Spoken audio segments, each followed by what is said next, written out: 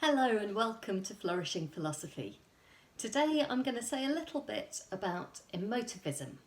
This was a theory that was huge in metaethics around the middle of the 20th century. And it's the view that moral judgments are not statements of fact, but rather they're expressions of the way that the speaker or the writer feels. There's a lot to unpack there, but I'm going to give you a little trick for remembering some of the basics of it. Now, the big name that's usually remembered here is A.J. Ayer, known as Freddie to his pals. And he was one of the logical positivists. This was a bunch of people who thought that any statement was only meaningful if it could be proved through experiments or observation. So what we do is we take a statement, say all swans are white, and we go out and look at stuff in the world, and is it something that we can prove to be true? If in principle it is, then that's a meaningful statement. Stuff that doesn't pass that test, it's not just false, but it's meaningless. So Ayer thought that that applied to loads of stuff that we say, lots of statements that we make about religion, and for our purposes, morality. So when we say, for example, that lying is bad, or it's good to tell the truth, or it's wrong to prod your little sister in the eye, those look like, on the surface, the same sort of statements as snow is white or trees have leaves or something like that. But in fact, he thought that that was only a superficial resemblance and that actually these statements were not expressing the sort of thing that could be considered true or false at all.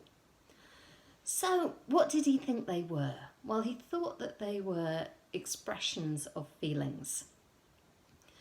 But here people tend to run into a bit of confusion because aren't our expressions of feelings something that could be true or false? If I say I'm very angry when I'm not, then I'm telling a fib. Well, let's look at this a little more. So let's say that I read a news story about some politician who's misled the public. I might say a number of things about that. So I might say, all politicians are liars. Okay, so that is the sort of statement that could be true or false, right? It may or may not be, but we need to run some kind of a test. And in principle, at least, we can establish whether that's true. But I might get a bit cross and I might say, lying makes me angry. So, is this an expression of my emotion? Well, at least in the sense that Freddie Ayer is talking about, it isn't. Instead, it's a statement about me, a statement that could be true or false. So maybe lying always makes me angry, but maybe I just dislike politicians from that particular party and I will get really cross when they lie. And maybe if a politician that I like tells a lie, then I'll scramble to make lots of excuses for them and I won't be angry at all. Now, if the latter thing is true there, then my statement was false. But let's say instead of telling you that lying makes me angry or that that was a lie, I don't say anything at all. So I just burn with the heat of a million suns, with my anger, with the whole thing. So that is not something that could be true or false. So feelings themselves can be true or false. But this isn't quite what we're getting at either, because Ayer was saying that it's expressions of feelings that is what's going on when we make moral statements, not the feelings themselves. And his theory is quite commonly called the boo-hurrah theory. So This was the days of oak-panelled rooms and august-looking white men sitting around smoking pipes that make plumes of smoke. And these were the sort of rather posh people who might respond to things where they felt a lot of emotion by yelling out boo or shouting hurrah. Now, these days we don't tend to express our emotions that way. So we do it through tone of voice, we do it through our facial expressions, maybe more so than in the days of the British stiff upper lip. But one new way, or probably not new by your standards if you're under 30, but still seems new to me, is with emojis. So when I see a news story about the politician lying, I might look at that little row of buttons along the top, and I might click this one to show that I'm angry. Or I might make one of these statements. So I might say, all politicians are liars, and then I will stick that at the end.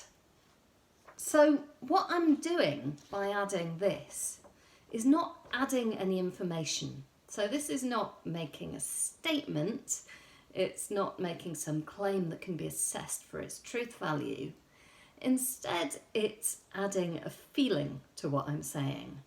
And if it's a reaction rather than something that I tag on at the end of a comment, all I'm doing is expressing my emotion. I'm not conveying any factual information. So, how does this help us? Well, if we look back at this sentence, lying makes me angry. Well, let's translate this to something universal. So lying makes Liz angry rather than it being me that's speaking. Well, somebody else can turn around and say, well, does lying make her angry? And we can look at the evidence for that and see whether it's true or false.